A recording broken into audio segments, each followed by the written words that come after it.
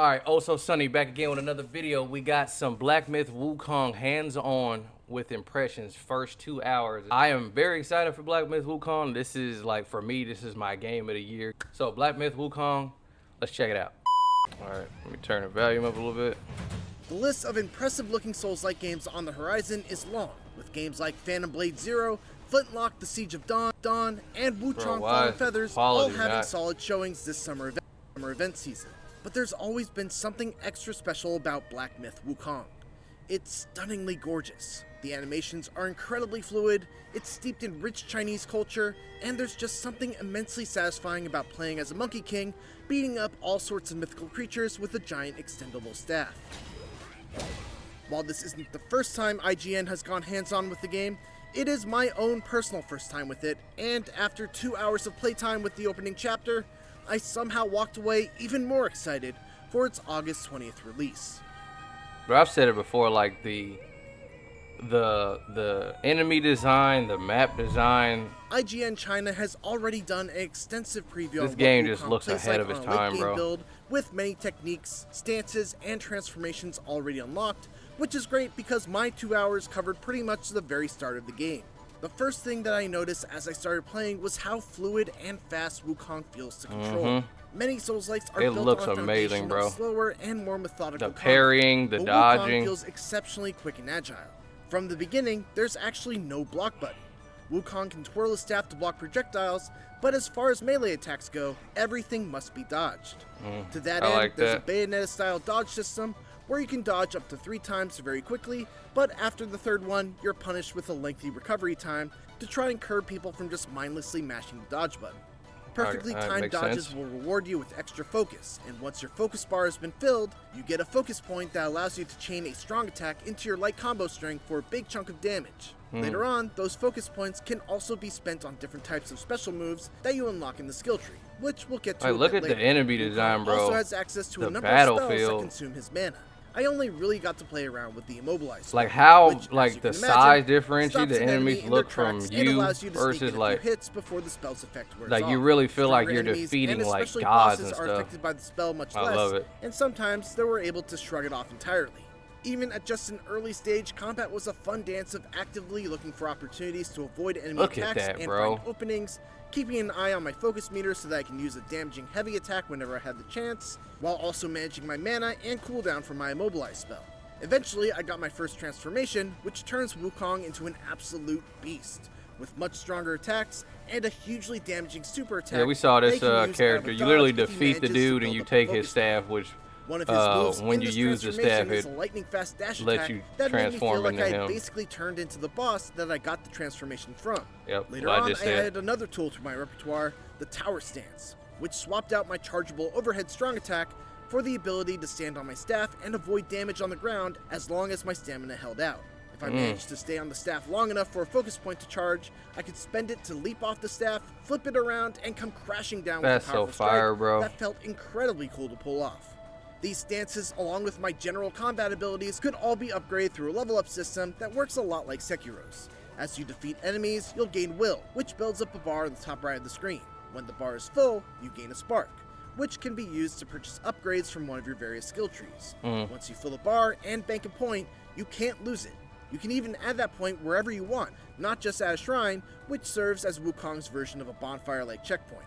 However, if you die before you manage to fill the bar, a portion of that experience will be lost in typical Souls-like fashion. Don't let that trick you into thinking that Wukong is an easy game though, because it certainly is not.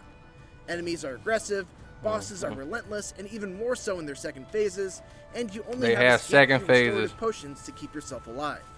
I also managed to find a secret boss room behind a waterfall that took me to a dragon boss that absolutely... I love hearing that. I love hearing that there's secret bosses. So this game isn't linear. Obviously, I hope there's like side quests and stuff, which I would assume it will be. But I love how you just had a secret boss. Like you find it, you don't. Like there's secret paths that will have unlocked different.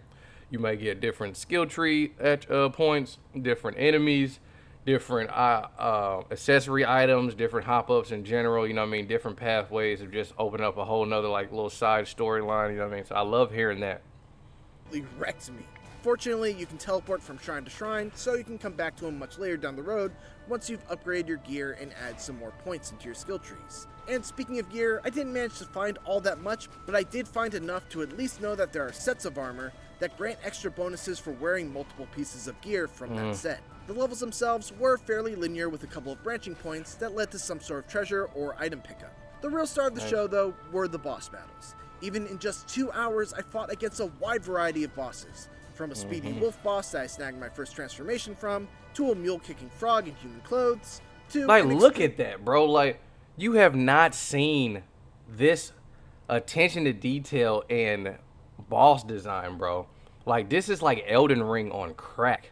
You got frogs, rock monsters, big old, like, dojo-looking infant golden babies. You got wolves, dragons, freaking spiders, freaking, fucking snakes, fucking bugs. Like, you have, like, they literally thought of what can be a freaking boss. Bears, we just saw the bears. I've seen a tiger, a scorpion. Like, bro, like, this game, bro, is, man, every battle is going to have its own life to it. It has its own, like, you see, like, this is in, like, a watery pond, like a swamp, like where a toad would be at, or frog, whatever.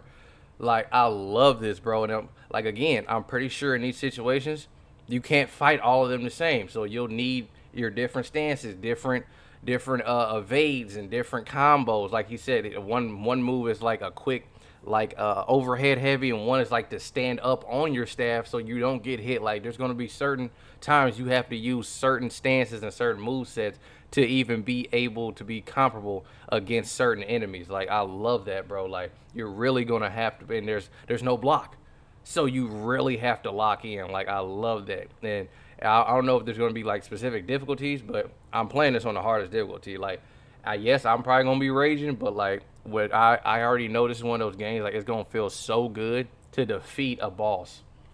Extremely difficult two-phase battle against the Snake Man. All in all, I greatly enjoyed my time with Black Myth Wukong. Even in just 2 hours of playtime, I felt like I got to experience a lot of combat progression, and am excited to see how things will continue to evolve as the game goes on. We won't have to wait much longer to see how the full game shakes out, as Black Myth Wukong releases on PC and PlayStation 5 on August 20th.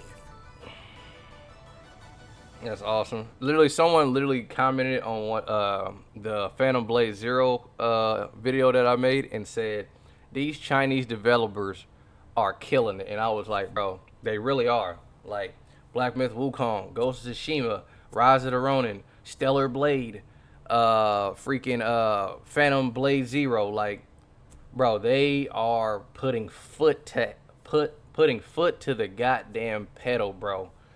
And I'm like, they're not playing around. Like, Ghost of Tsushima started a fire with like these Chinese developers, these overseas developers, as far as like what a game should really be. And I've said it multiple times. Like, I'm loving it, bro.